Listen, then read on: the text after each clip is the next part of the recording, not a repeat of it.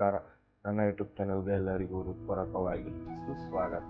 ಇವತ್ತಿನ ಶ್ಲೋಕ 26ನೇ ಶ್ಲೋಕ ಆಗಿರುತ್ತೆ. ಇವತ್ತಿನ ಶ್ಲೋಕ ಹೇಳುತ್ತೆ, ನಮ್ಮ ಒಂದು ಏನೇ ಆಗಲಿ ಇಂದ್ರಿಯಗಳನ್ನು ನಮ್ಮ ಹತೋಟಿನಲ್ಲಿ ಯಾವ ಥರ ಇಟ್ಕೊಳ್ಬೇಕು. ಸ್ವಯಂ ಅಂತ ಬಂದಾಗ ಅದನ್ನು ಯಾವ ರೀತಿಯಿಂದ ನಾವು ಒಂದು ಜೀವನದಲ್ಲಿ ಅಳವಡಿಸ್ಕೊಳ್ಬೇಕು ಅಂದರೆ, ನಾವೇನೇನಾಗಲಿ ಒಂದು ಕರ್ತವ್ಯ ಆಗಲಿ ಏನೇ ಆಗಲಿ ಒಂದು ನಿರ್ದಿಷ್ಟ ಜೀವನ ಮಾಡುವಾಗ ನಮ್ಮ ಇಂದ್ರಿಯಗಳು ನಮ್ಮ ಮಾತು ಕೇಳೋದಿಲ್ಲ. ಅಂದರೆ ನಾವೇನೋ ಒಂದು ಇರ್ತೀವಿ, ಮನಸ್ಸು ಒಂದು ಕಡೆ ಹೋಗುತ್ತೆ, ಒಂದು ಏನೇ ಯೋಚನೆ ಮಾಡ್ತಿರ್ತೀವಿ, ಮನಸ್ಸು ಇನ್ನೊಂದು ಕಡೆ ಹೋಗ್ತಾ ಇರುತ್ತೆ. ಮತ್ತು ಆಲೋಚನೆಗಳು ಒಂದು ಒಳ್ಳೆಯ ಆಲೋಚನೆ ಮಾಡುವಾಗ ಏನೋ ಒಂದು ಕೆಟ್ಟ ಆಲೋಚನೆಗಳು, ನಾನು ಯಾಕೆ ಈ ಥರ ಬದುಕ್ತಾ ಇದ್ದೀನಿ, ನಾನು ಯಾಕೆ ಈ ಥರ ಒಂದು ಹೊಂದಾಣಿಕೆಯಿಂದ ಇರ್ತಾ ಇಲ್ಲ, ಮತ್ತು ಯಾರೋ ಹೇಳೋ ಮಾತುಗಳನ್ನು ಕೇಳುತ್ತಾ ನಾನು ಇನ್ನೊಬ್ಬರ ಮೇಲೆ ದ್ವೇಷ ಮಾಡುತ್ತಾ, ಅದೇ ರೀತಿಯಾಗಿ ಇಂದ್ರಿಯಗಳ ಬಗ್ಗೆ ನಾವು ಒಂದು ಒಳ್ಳೆಯ ರೀತಿಯಿಂದ ಬದುಕೋಕೆ ಆಗೋದಿಲ್ಲ. ಇಂದ್ರಿಯ ಮಾತುಗಳನ್ನು ಕೇಳುತ್ತಾ ನಮ್ಮ ಜೀವನವನ್ನು ನಾವು ಅಂದರೆ ತಿಳಿಸಲಾರದೆ ಒಂದು ನಮ್ಮ ಜೀವನವನ್ನು ನಾವು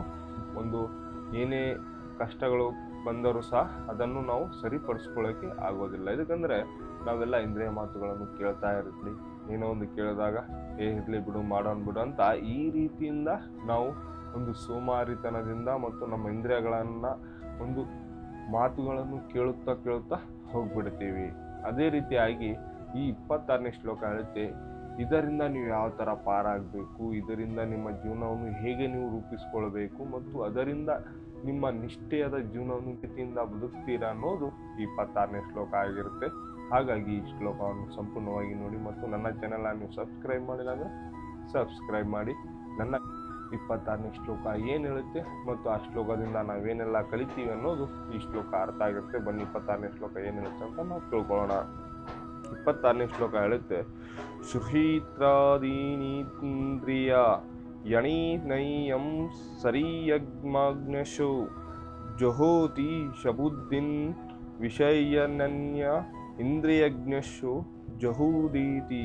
ಇದರ ಅರ್ಥ, ಪರಿಶುದ್ಧ ಬ್ರಹ್ಮಚಾರಿಗಳಾದ ಕೆಲವರು ಶ್ರಾವಣ ಪ್ರಕ್ರಿಯೆಯನ್ನು ಮತ್ತು ಇಂದ್ರಿಯಗಳನ್ನು ಮನಸ್ಸಿನ ಸರಿಯಾದ ಅಗ್ನಿಯಲ್ಲಿ ಅರ್ಪಿಸುತ್ತಾರೆ. ನಿಯಮಬದ್ಧಂತ ಗೃಹಸ್ಥರಾದ ಇತರರು ಇಂದ್ರಿಯ ವಿಷಯಗಳನ್ನು ಇಂದ್ರಿಯ ಅಗ್ನಿಯಲ್ಲಿಯೇ ಅರ್ಪಿಸುತ್ತಾರೆ. ಅಂದರೆ ಶ್ರೀ ಕೃಷ್ಣ ಪರಮಾತ್ಮ ತಿಳಿಸ್ತಾ ಇದ್ದಾರೆ, ಒಂದು ಏನೇ ಆಗಲಿ ಒಂದು ನಿಷ್ಠೆಯಿಂದ ಬದುಕ್ತಾ ಇರೋ ವ್ಯಕ್ತಿಗಳು ಅಂದರೆ ನಾವು ನಮ್ಮ ಇಂದ್ರಿಯಗಳನ್ನು ನಮ್ಮ ಹತೋಟಿನಲ್ಲಿ ನಾವು ಇಟ್ಕೊಳ್ತೀವಿ ಮತ್ತು ನಾವು ಬ್ರಹ್ಮಚಾರಿಯಿಂದ ಇರ್ತೀವಿ ಮತ್ತು ನಮ್ಮ ಒಂದು ಜೀವನವನ್ನು ನಿರ್ದಿಷ್ಟ ಜೀವನವನ್ನು ಮಾಡಿಕೊಂಡ ನಂತರ ನಮ್ಮ ಜೀವನದ ಏನೇನೆಲ್ಲ ಅರಿವು ನಾವು ಮಾಡಿಕೊಳ್ಬೇಕಿತ್ತು ನಾವು ಆ ಮುಂದಿನ ದಿನಗಳಲ್ಲಿ ಮಾಡ್ಕೊಳ್ತೀವಿ.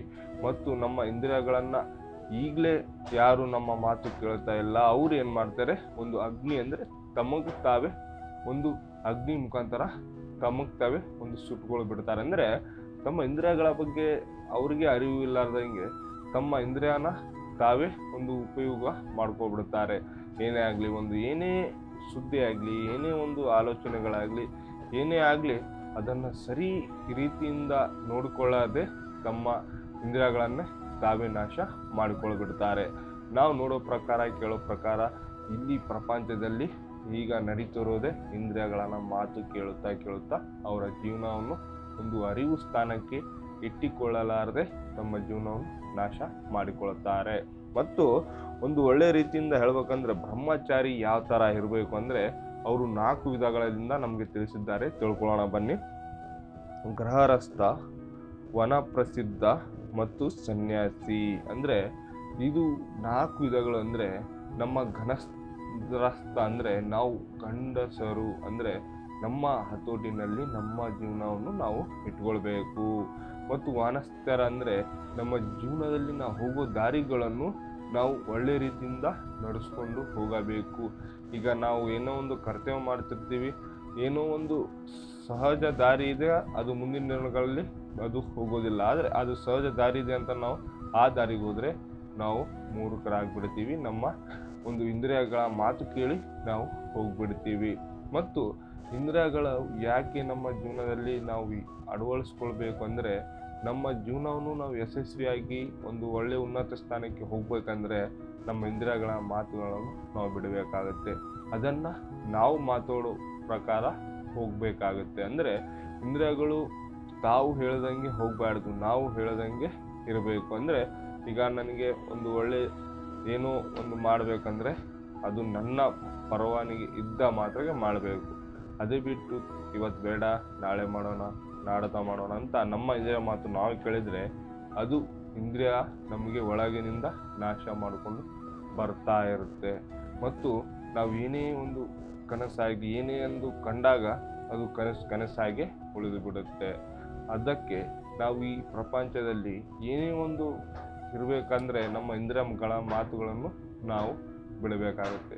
ಇಂದ್ರಿಯಗಳ ಮಾತು ಬಿಟ್ಟಾಗಲೇ ನಮ್ಮ ಜೀವನವನ್ನು ನಾವು ಹೇಗೆ ನಿರ್ದಿಷ್ಟ ಬದುಕಬೇಕು ಅಂತೀವೋ ಅದೇ ರೀತಿಯಿಂದ ನಾವು ಬದುಕು ಹೋಗುತ್ತೆ. ಇಲ್ಲವಾದರೆ ನಮ್ಮ ಜೀವನವನ್ನು ಇದೇ ರೀತಿಯಿಂದ ನಾವು ಕನಸು ಕಂಡಂತೆ ಹೋಗೋಕ್ಕೆ ಆಗೋದಿಲ್ಲ. ಅದಕ್ಕೆ ನಮ್ಮ ಇಂದ್ರಿಯಗಳನ್ನು ನಾವು ಹೇಳುವಾಗ ಪ್ರಕಾರ ನಡೆದರೆ ನಮ್ಮ ಜೀವನವನ್ನು ಕಟ್ಕೊಳ್ಳೋಕ್ಕೆ ಆಗುತ್ತೆ, ಇಲ್ಲವಾದರೆ ಆಗೋದಿಲ್ಲ. ಅದಕ್ಕೆ ಈ ಶ್ಲೋಕದಿಂದ ನಾವು ಏನು ತಿಳ್ಕೊಬೇಕಂದ್ರೆ, ಇಲ್ಲಿ ಇರೋ ಒಂದು ಐತಿಹಾಸಿಕ ಜೀವನದಲ್ಲಿ ನಾವೇನೇ ಒಂದು ಕರ್ತವ್ಯ ಮಾಡುವಾಗ ಆ ಕರ್ತವ್ಯ ಬಗ್ಗೆ ಮಾತ್ರ ನಮ್ಮ ನಿರ್ಲಕ್ಷ್ಯ ಮತ್ತು ಅದರ ಒಂದು ಪರಿಶುದ್ಧ ಪ್ರಾಮಾಣಿಕತೆ ಇರಬೇಕೇ ಹೊರತು ಬೇರೆಯವರ ಒಂದು ಆಲೋಚನೆಗಳು, ಏನೋ ಒಂದು ಸುದ್ದಿಗಳು ಏನೇ ಆಗಲಿ ಅದನ್ನು ನಾವು ಅಳವಡಿಸಿಕೊಳ್ಳಬಾರದು ಅನ್ನೋದು ಈ ಶ್ಲೋಕದಿಂದ ನಾವು ತಿಳ್ಕೊಬೇಕಾಗತ್ತೆ. ಹಾಗಾಗಿ ಈ ಶ್ಲೋಕ ನಿಮಗೆ ಸಂಪೂರ್ಣವಾಗಿ ತಿಳಿದಿದೆ ಅಂತ ನಾನು ಭಾವಿಸ್ತೀನಿ.